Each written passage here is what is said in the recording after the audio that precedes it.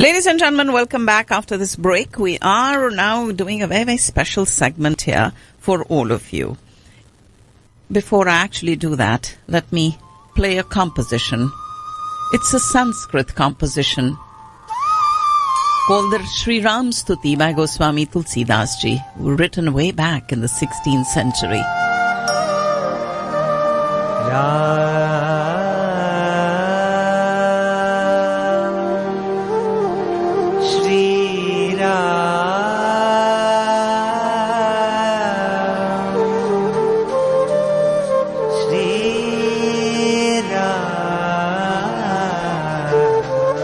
A Sanskrit poem, a profound offering of bhakti. Shri Ram Chandra Kripalu Ajman Haran Bhava Bhayadarunam Navakanja Lochana Kanja Mukhakara Kanja Pada Jarunam Shri Ram, Shri Ram.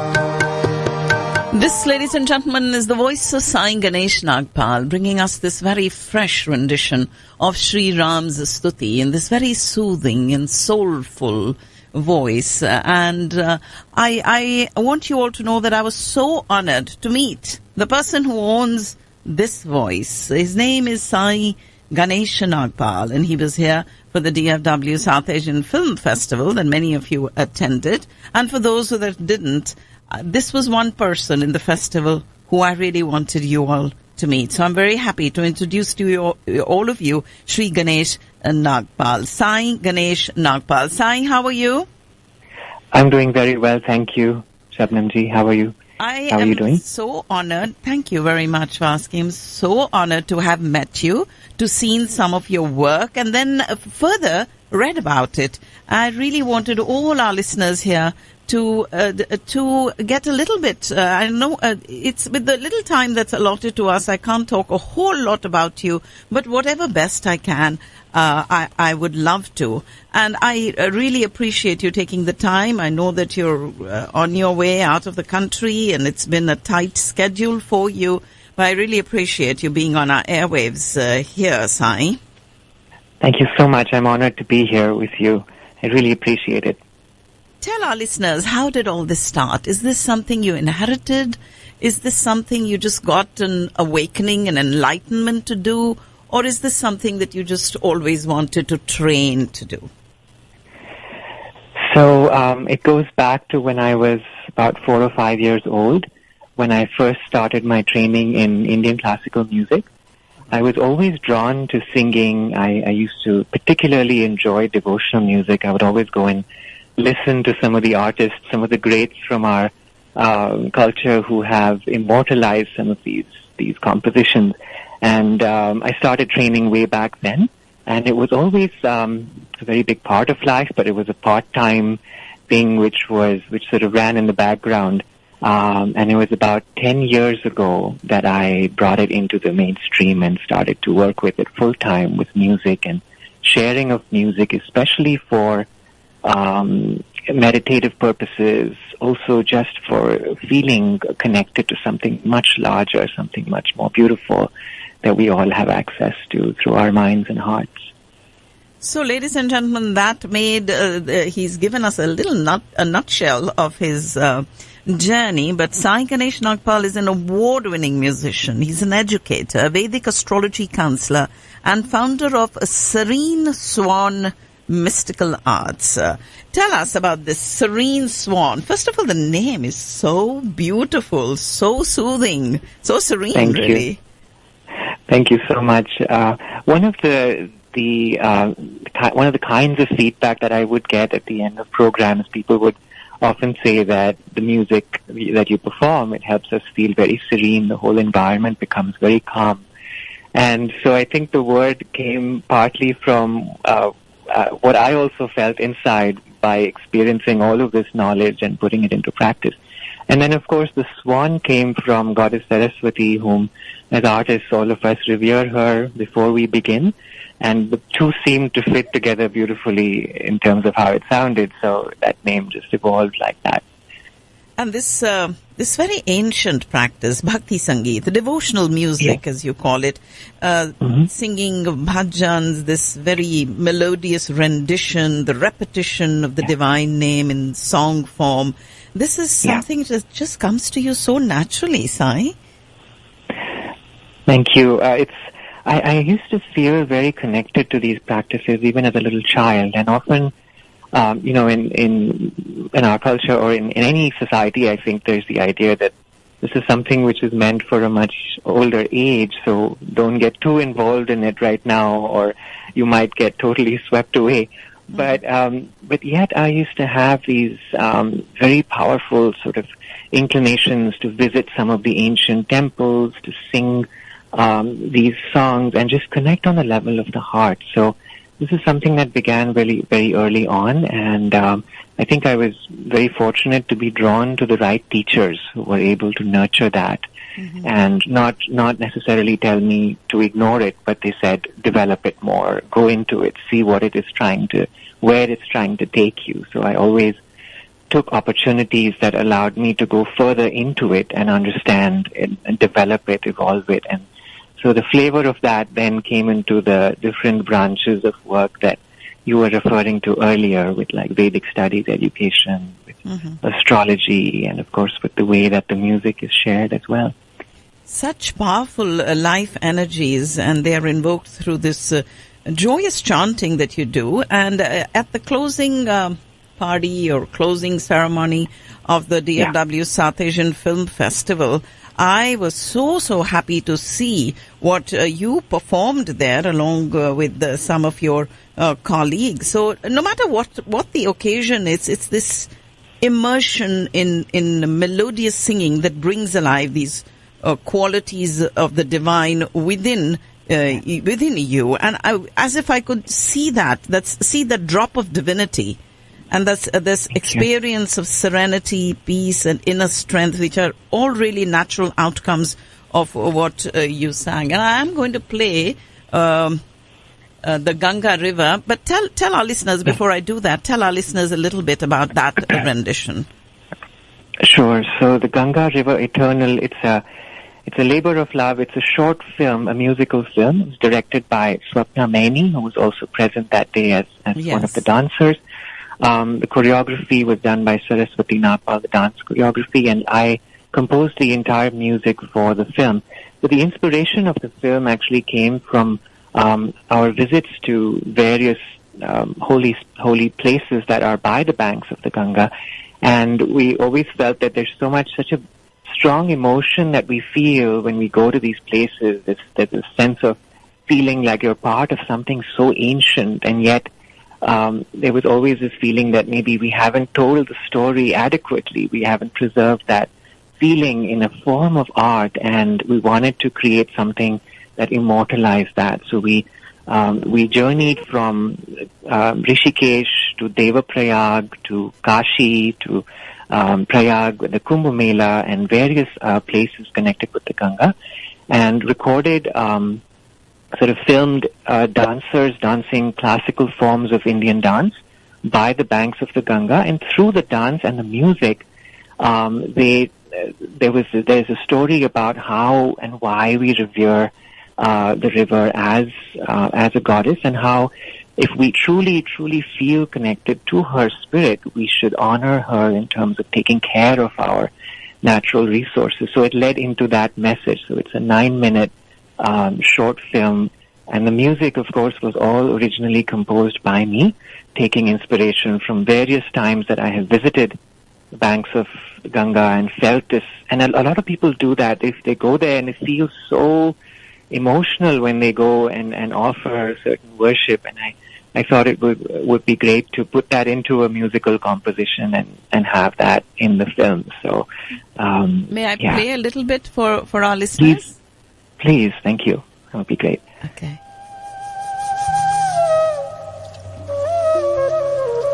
All this music produced by Sai Ganesh Nagpal, who we are talking to.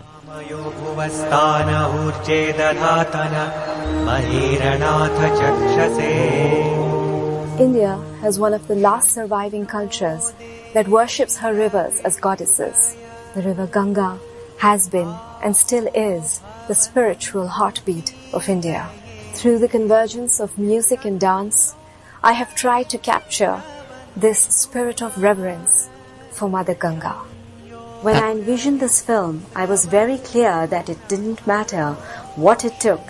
We had to find the most beautiful locations to show Ganga in all of her grace and majesty. Shanno devirabhishkaya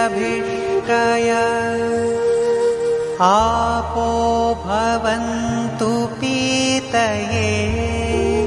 Each time I sit by Mother Ganga, the flow of her water is like music. From Gangotri and Rishikesh to Prayag and Varanasi, she exudes many different qualities. Every moment spent making the music of this film has been like taking a dip in Mother Ganga's sacred waters and emerging with an even greater awareness of her magnificence and wisdom.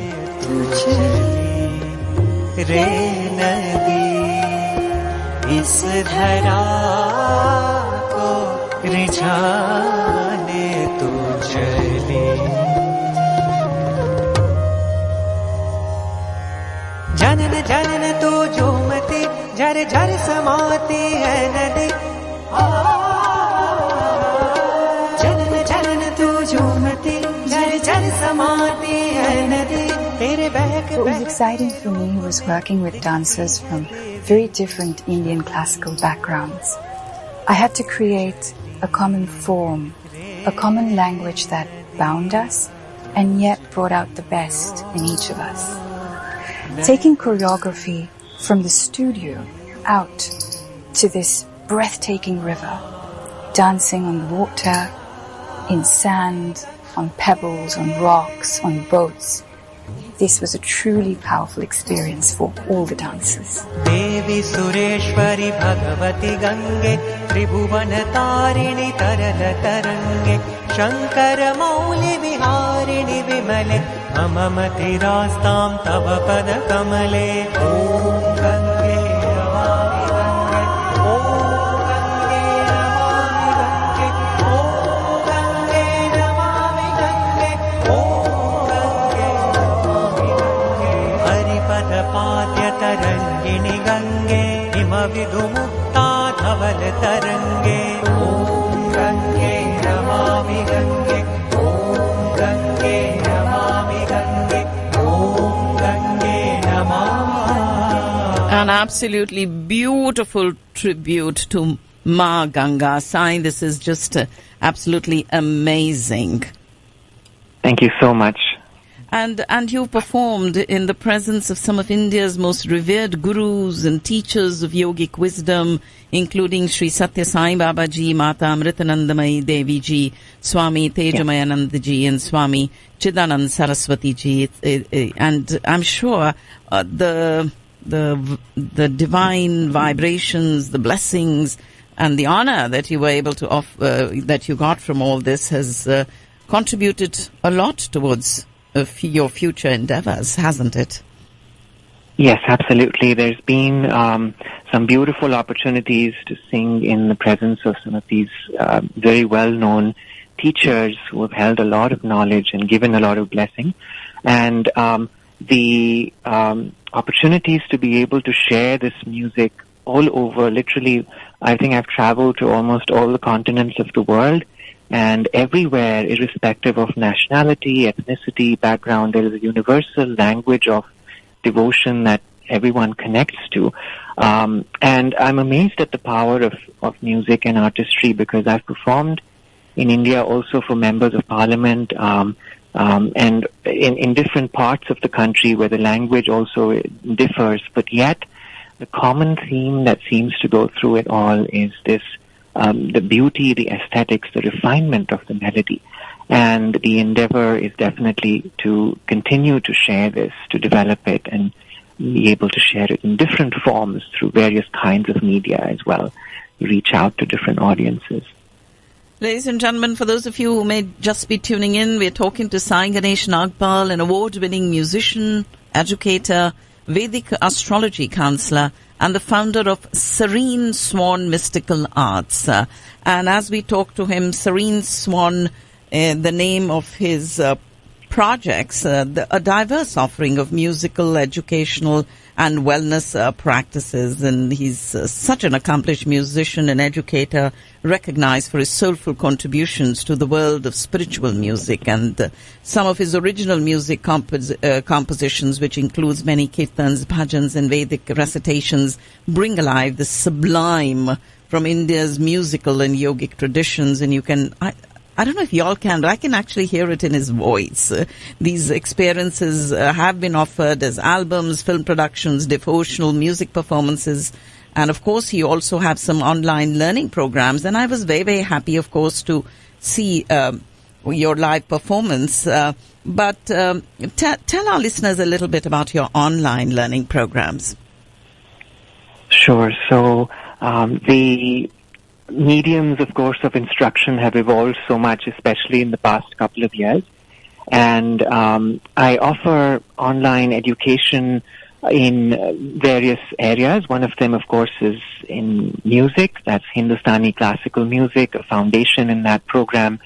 Also in being able to understand the basics of playing the harmonium as an instrument. It's a beautiful instrument to accompany a vocal artist. It's also becoming very popular in the West as well, with many yoga studios, etc. The harmonium is truly becoming like a global instrument. So I offer classes in music, also offer some online instruction in the Sanskrit language, being able to understand and also apply the knowledge of Sanskrit to an understanding of the texts like the Bhagavad Gita, the Ramayana. So when you read them and you're actually able to associate with the meaning, they become so much more meaningful in one's life. And I also offer online programs in online sessions in Vedic astrology counseling as a really beautiful tool of counseling and self-development. And, of course, all this based on Vedic astrology that people from across the world have benefited. So these years of dedicated study of Vedic philosophy, yoga, and Sanskrit that find expression in his guidance. And the best way to find out more about it or to get connected with it would be to go to his website, which is the Serene Swan. Am I right? Would that be the best way to do that, Sai? Yes, absolutely. So it's the sereneswan.com, and there's a contact form there, and there's a way to get in touch through the website. And these musical performances that I was talking about, they're soul-stirring. And India's rich musical tradition that he's traveled along with across the world and touched many hearts is what you can see that, in there. Is there, I just talked a little bit in detail about the Ganga River Eternal one that I saw, but is there any other one that you would specifically like to mention today, Sai? Yes, certainly. There's one called Vande Mataram, a dance tribute, and that was my rendition of the national song Vande Mataram. It was a fresh rendition again, and again it was set to there were a fusion of different Indian classical dance forms taken to some of the ancient temples. And it was like an honoring of the Mother, the Divine Mother, again, through song and dance. And that is available to view online as well, again, directed by Shabnam. And I created the music for the entire project. So that is another beautiful piece. It received a number of awards. It actually was also received a lot of very positive attention. And you can check that out, ladies and gentlemen. Vande Mataram, a dance tribute. It was an official selection, an opening film at many prestigious film festivals in India and overseas. The Chicago South Asian Film Festival in 2018, New York Indian Film Festival in 19, of course, the Dallas Fort Worth Indian Festival, Film Festival in 19, and in Singapore, the South Asian International Film Festival, as well as the Khajuraho International Film Festival, Haryana International Film Festival, and many others. My most favorite part, if I may share that with you, is of course your voice and your composition, but the fact that the dances that Swapna brings, the various forms of dances on the same stage to the same music at the same time. The Kathak and the Bharatanatyam that I saw that day, done at the same time to the same music there, was astounding, beautiful. Thank you so much. I really appreciate that. There's a lot of collaborative energy that goes on between. So it's me, it's Swapna and Saraswati, and we often spend time, even in our free time, we'll take up a composition and we'll say, let's work with this and see what we can create. And that's the joy of the artistic process. I think, like I had mentioned that day in my performance in Dallas, that it's usually, the creation of art cannot be a part-time process. It has to be full-time. So the mind is always moving in a direction of what can I create new? How can I bring this idea into fruition? So there's a lot of exchange that happens in that area. Is there anything else you'd like our listeners to know about you or about your work or anything in general? Thank you. I just like to share that there is so much. There's like a treasure trove of history and also of art that we have access to through so many of these practices.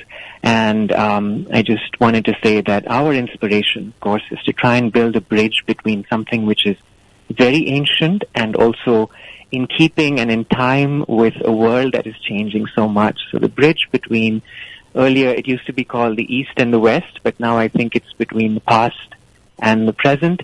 And the endeavor is to actually create more such projects, going to different ancient pilgrimage spots and bringing their beauty out into the mainstream. And we hope to be able to share that with all of you in the coming days, in the near future. And thank you so much, for all of your good wishes.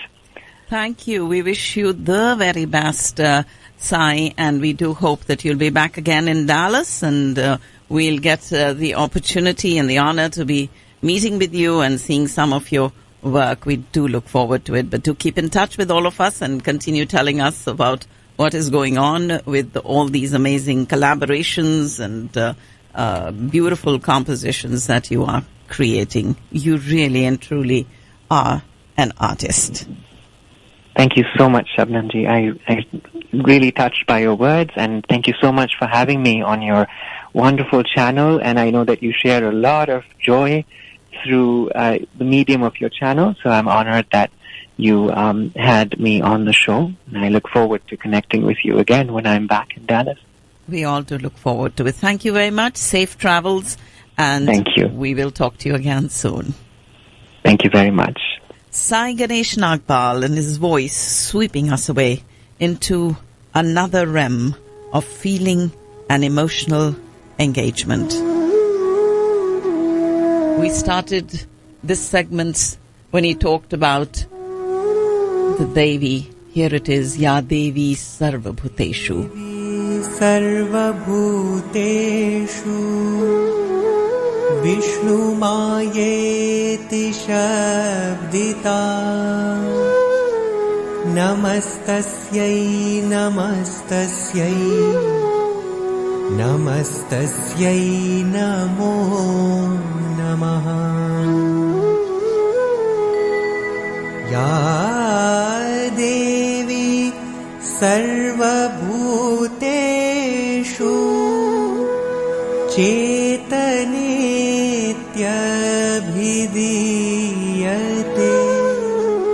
Namastasyai Namastasyai Namastasyai Namo Namaha. A journey to the silence of your own self. Continue listening.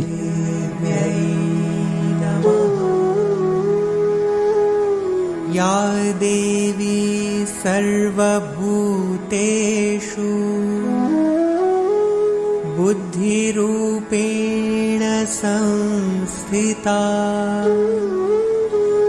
Namastasyai Namastasyai Namastasyai Namo Namaha